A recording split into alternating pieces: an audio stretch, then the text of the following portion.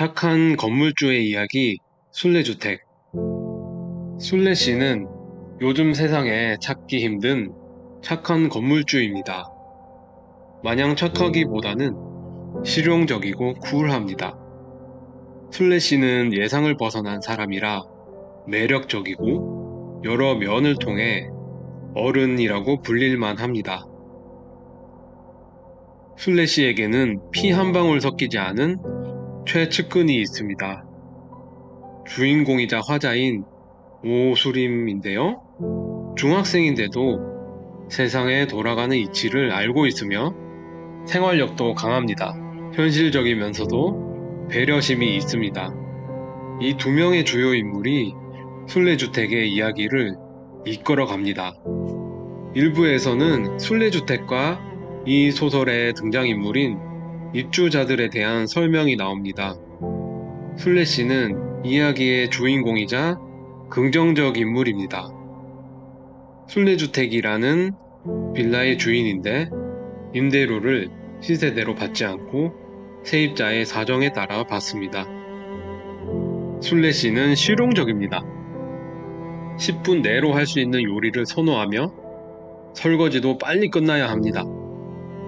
베풀고 살아서 동네 사람들에게 부자로 알려져 있지만 사실 부자라서 베푸는 게 아니라 그저 베푸는 삶을 살아갈 뿐입니다.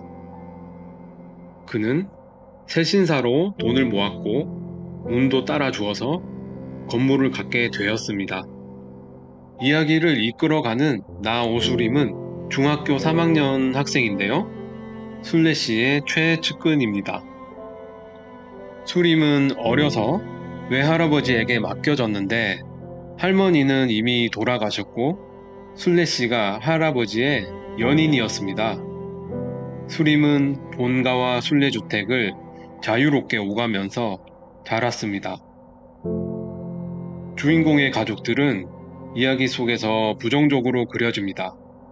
아버지는 15년째 전임 교수가 되지 못하고 시간 강사를 하고 있고요. 독립을 하지 못하고 가족들에게 민폐를 끼칩니다. 어머니는 자녀에 대한 애착이 강하며 계급 의식으로 사회를 바라봅니다. 수림의 언니 미림은 공부를 잘하는 곱게 자란 고등학생입니다. 주요 인물들에 대한 소개가 이어지고 콧대 높던 수림의 가족이 망해서 오갈 데 없는 처지를 보여줍니다. 2부의 내용은 수림 가족의 이사 이야기입니다. 그들은 순례씨의 배려로 순례주택에 입주하게 되는데요. 그들은 평소 빌라촌이라고 순례주택을 폄하했는데 이보다 더 환경이 좋지 않은 차인이라는 곳에 반지하방을 얻어야 하는 상황을 맞이합니다. 여기에 비하면 순례주택은 궁궐 수준이었던 거죠. 순례주택으로의 이사 과정이 그려지는데 수림 가족들의 무능력함이 드러나고 특히 수림 엄마의 무례함이 기존 입주민들과의 마찰을 예고합니다. 3부는 주로 수림 엄마의 좌절을 다루고 있습니다. 순례주택에 입주한 수림 가족의 적응기인데요. 기존 주택 사람들이 수림 엄마에게 당했던 것에 대해 소심한 복수를 하는 장면들이 나옵니다. 수림의 가족은 좁은 공간에서 함께 지내게 되는데요. 여전히 수림은 가족들과 3대1로 대립하지만 그들은 서로를 조금씩 알아갑니다. 집안으로 생활 소음이 들어와서 불편해하는 가족의 모습, 세탁소에서 옷을 찾아오라고 수림을 보냈는데 수림이 자신의 돈으로 대신 지불하는 장면, 엄마는 수림과 함께 마트 장을 보면서 바뀐 삶을 실감하고 자신들이 낮잡아 보던 사람들이 사실은 자신보다 훨씬 더 형편이 낮다는 사실을 인정합니다. 4부에서는 3부의 내용이 더욱 전개되는데요. 수림의 엄마 아빠가 자신들의 바닥 생활을 완전히 인정합니다. 아버지는 최종 면접에서 또 떨어지고요. 모든 신용카드가 정지되고 수림은 분식집 알바를 하게 됩니다. 수림의 가족은 옥탑방에 있는 음식과 공간을 마음대로 쓰다가 주의를 받기도 합니다. 수림의 부모는 그 동네 사람들이 사실은 자신들보다 사정이 낫다는 사실을 부러워합니다.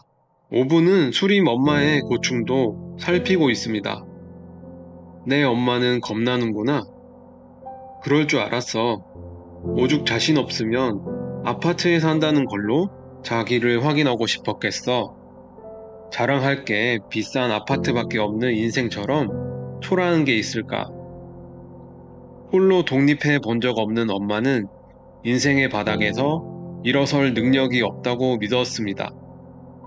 입주민인 길동씨 부부의 계략으로 수림 부모는 순례씨를 엄청난 재테크의 능력자로 믿게 되었고, 그 순례씨의 계승자가 수림이 될 가능성이 높다고 여기게 됩니다. 그 이후부터는 순례씨를 대하는 태도가 달라지게 되는데요. 공손해지겠죠. 수림의 부모는 순례주택에 탐을 내면서 수림에게도 쩔쩔맵니다. 수림은 잠깐 동안 통쾌했으나 부모를 속였다는 사실, 그리고 부모의 태도 변화는 결과적으로 순례주택 모두에게 좋은 일이었으나 그 의도가 부모의 욕심에 의한 것이라 기분이 좋지 않았습니다. 결국 수림이 순례주택 상속녀가 아니라는 게 밝혀지는데요. 엄마는 충격을 받았지만 취직했던 김밥집 알바를 계속합니다. 아빠는 다시 원래 모습대로 돌아오는데요. 순례주택 사람들에게 인사도 제대로 하지 않는 모습을 보입니다. 엄마는 여전히 언니의 과외에 미련을 버리지 못하는 모습을 보이고 있으나 분명히 예전과는 다른 사람으로 변했습니다. 사회적인 소통을 알게 되고 남편에게도 화를 낼 수 있는 사람으로 변했습니다. 네, 순례주택은 심리적 서술이 돋보입니다. 대사와 내면 독백을 통해서 인물의 내면 심리를 드러내고 있는데요. 수림과 수림 엄마는 갈등하지만 그 심층에는 사랑의 감정이 있습니다.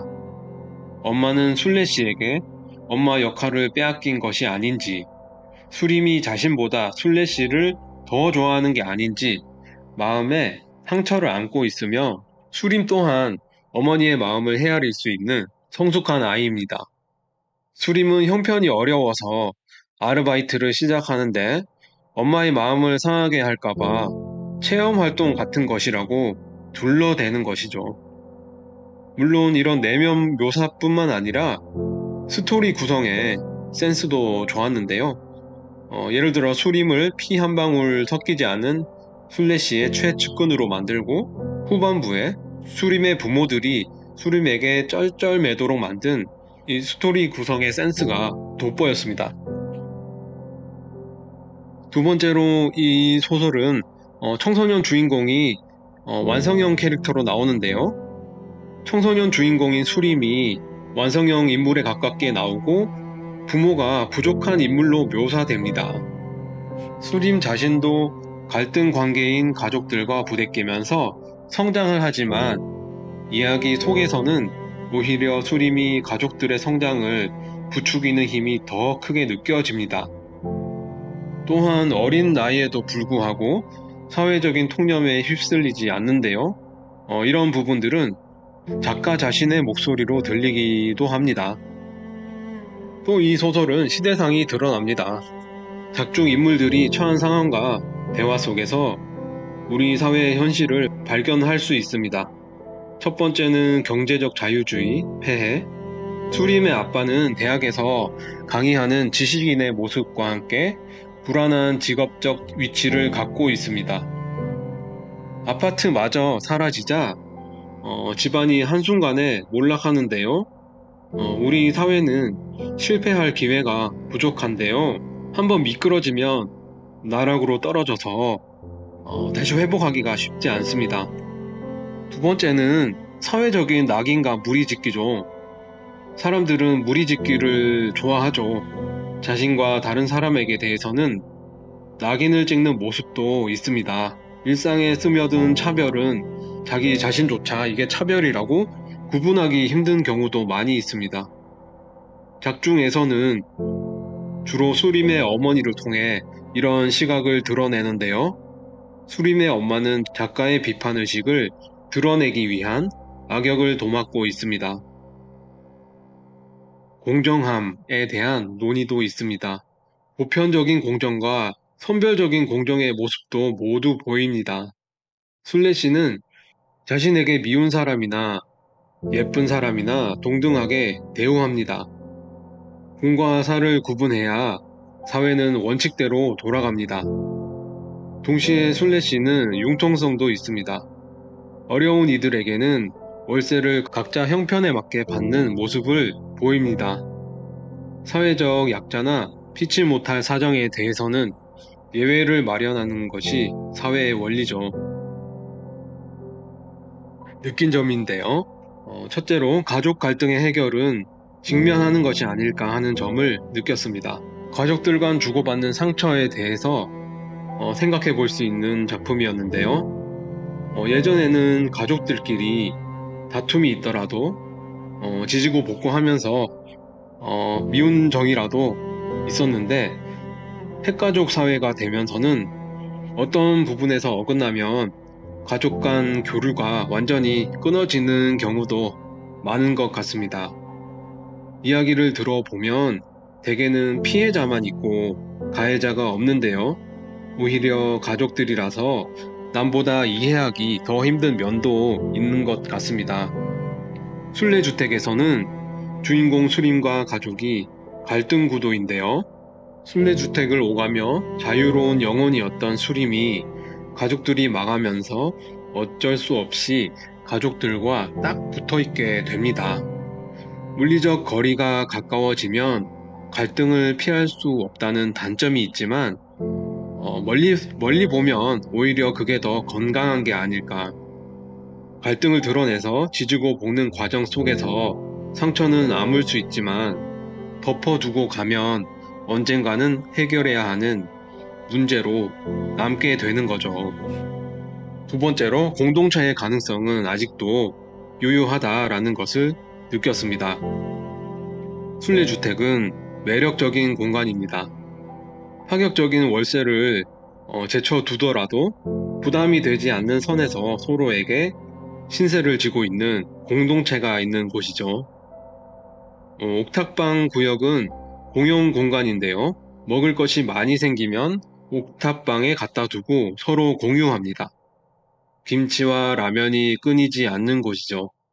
선물과 나눔, 대가 없는 호의는 사회의 윤활유가 될 수 있습니다. 이야기 속의 동네는 그나마 주민들과의 소통이라도 있구나 싶었습니다. 수림의 가족이 망하자 동네 주민들이 정보를 공유하고 딱하다는 반응을 보이는데요. 수림의 어머니가 구설에 올라서 동네 사람들의 입방아에 오르내리는 장면도 나옵니다. 현실에서는 누가 망하든 구설에조차 오르지 않을 확률이 높죠. 악플보다 무플이 낫다라는 말은 무관심이 주는 소외가 얼마나 큰지를 나타내고 있습니다. 무인 서비스와 인터넷 서비스가 주를 이루는 개인화 사회는 편리한 생활을 누리게 합니다. 반면에 사라져가는 인간다운 소통을 어떻게 회복할 것인지의 문제도 남기고 있습니다. 순례주택은 매력적인 캐릭터가 돋보이는 청소년 소설입니다. 이야기거리도 많죠.